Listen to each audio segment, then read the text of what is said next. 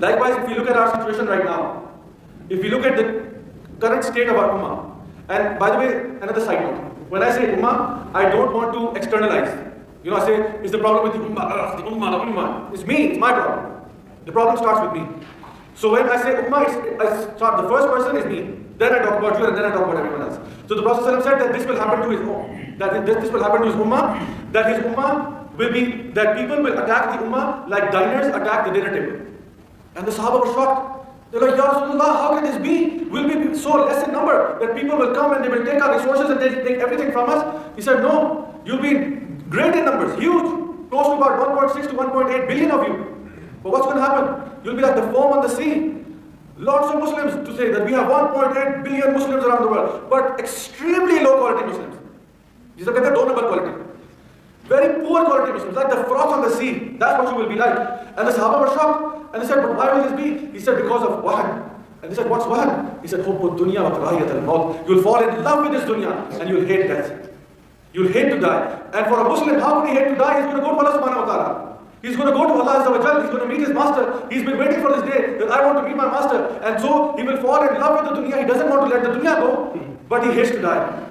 He has a problem with that because he's so much in love with this dunya. So the Prophet ﷺ told us of these things during his lifetime to warn us that do not follow this way. And as I mentioned earlier, that why do we do this? Again, the root cause was because we find success in their way and not in our way. We think, and I don't blame you guys. For the longest time in our country, in our society, I would say and I would agree with you to a certain extent that Islam has not been represented in the proper light, in the proper way. You know, whenever you get the impression of a Maulvi, you think, fat guy who comes to my house, eats jalebi, drinks ruh afza, brings a bunch of kids who recite and then they leave and that's the end of it. And this is Islam. I pray this is Islam. No, Islam is a way of life. It's a complete way of life. And Allah subhanahu wa ta'ala has built in success inside of Islam. You will not find success in imitating any other person's way except in Islam. As Allah subhanahu wa ta'ala mentions in the Quran, قَدْ أَفْلَحَ مَنْ تَزَكَّى وَذَكَرَ اسْمَ رَبِّهِ فَصَلَّى. Or for example, it says, قَدْ أَفْلَحَ مَنْ زَكَّاهَا وَقَدْ خَابَ مَنْ دَسَّاهَا. That successful is he who purifies himself. Successful is not a person with money, with a car, with a bank account, with a good job, with a nice business.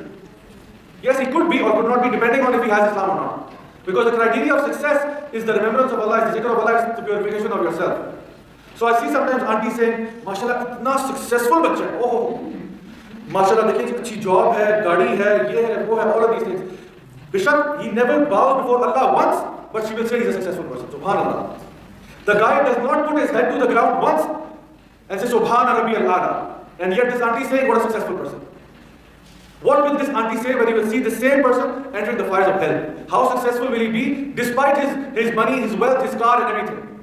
So when you look at the Quran and then you read the Quran, and we need to go back to the Quran will wake you up and it will remind you of what are these definitions that we define people with. In the worldly sense, we think successful person, Bill Gates, Donald Trump, X, Y, and Z. But when you look at it from an Islamic point of view, the definition is completely different. Yes, you could be rich and still be successful, like Usman ibn Affan, like Abdul Rahman ibn Auf, and so on and so forth. But the criteria was not their wealth. The criteria was their iman, their ikhlas, their taqwa. This is why they were successful, not because of their wealth. So money is irrelevant. You have it, alhamdulillah. You don't have it, summa alhamdulillah. Great, even great.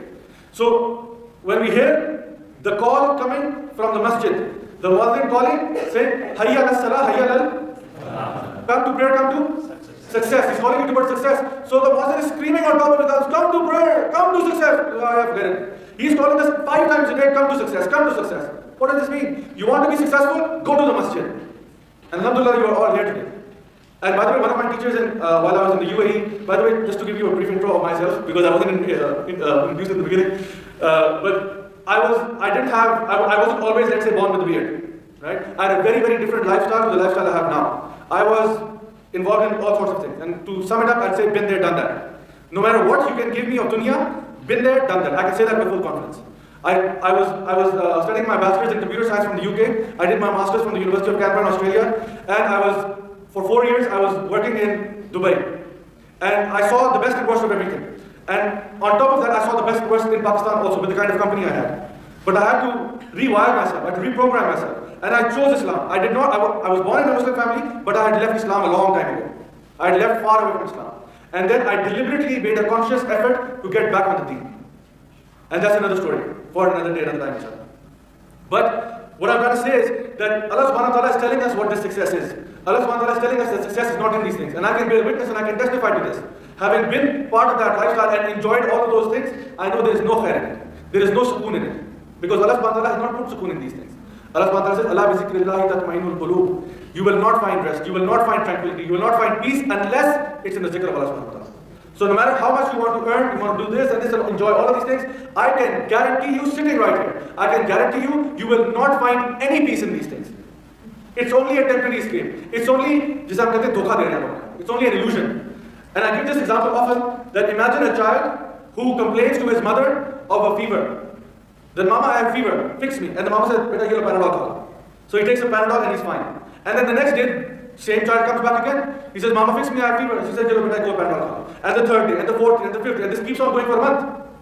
You say, what kind of nutcase mother is this? Giving Panadol after Panadol. What's wrong with this child? When you investigate, you'll find out that maybe this boy was playing every single day in the rain, in the cold winter, and he was having a fever because of that. So the mother is not fixing the problem, she's giving him a temporary fix. Likewise, the problem with our heart, the problem with our soul, is the lack of the zikr of Allah.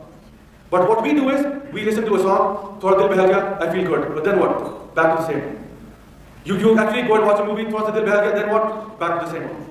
You go out to a club or a pub or a this or a that, what happens? Little bit of enjoyment and then more depression. And then more depression. And the higher the high, the lower the low. And this is the story of Hollywood. The more they go higher, the lower they fall. They take a higher high and they get a lower low. And they go so low that they go and they kill themselves. Or they overdose on something. And this is the reality. This is the reality of our life. And Allah subhanahu wa ta'ala has put success and khair in everything to do with the deen of Allah subhanahu wa ta'ala. Likewise, Allah subhanahu wa ta'ala says, وَمَنْ يُطِيعِ اللَّهَ وَرَسُولَهُ فَقَدْ فَازَ فَوْزًا عَظِيمًا. That and then whosoever obeys Allah and His Messenger sallallahu alaihi wasallam, he indeed is successful. So you'll find many definitions of success in the Quran. Those who purify themselves, those who do the zikr of Allah, and then those who follow Allah subhanahu wa ta'ala and His Messenger sallallahu alaihi wasallam. If they do that, they have the greatest success, a huge achievement. This is the promise of Allah. And the promise of Allah is not a lie. The promise of Allah is haq. This is the truth. So Allah says, if you follow Allah subhanahu wa ta'ala and the way of the Messenger sallallahu alaihi wasallam, you can be 110% sure that you will be successful in this life and in the hereafter. And even though there might be bombs going off around you, but in your heart there will be sukoon. In your heart there will be sakina. There will be tranquility if you are upon the deen. And why do we say that we need to follow the way of the Messenger sallallahu alaihi wasallam? Allah subhanahu wa ta'ala, right next to His own name, He put the name of the Messenger sallallahu alaihi wasallam. Follow Allah subhanahu wa ta'ala, atiyu Allah, atiyu Rasul. Obey Allah, obey His Messenger. Why? Because the Messenger of Allah sallallahu alaihi wasallam was sent, as Allah subhanahu wa ta'ala says, وَمَا أَرْسَلْنَاكَ إِلَّا رَحْمَةً لِلْعَالَمِينَ. I have sent him not but as a mercy for the alameen. Not just mankind, but all the alameen. This was the status of the Messenger of Allah sallallahu alaihi wasallam. And he was sent as the best example for us to follow. As it is mentioned in the Quran, لَقَدْ كَانَ لَكُمْ فِي رَسُولِ اللَّهِ أُسْوَةٌ حَسَنَةٌ. That indeed, in the Messenger of Allah sallallahu alaihi wasallam, you have an excellent example to follow. Not in the example of Shah Rukh Khan or anyone else, in the example of the Prophet sallallahu alaihi wasallam. You have an excellent example to follow. And Allah subhanahu wa ta'ala, we know He cares about us more than our mothers. Would your mother ever guide you to do something wrong? Would your mother ever say, follow this person, that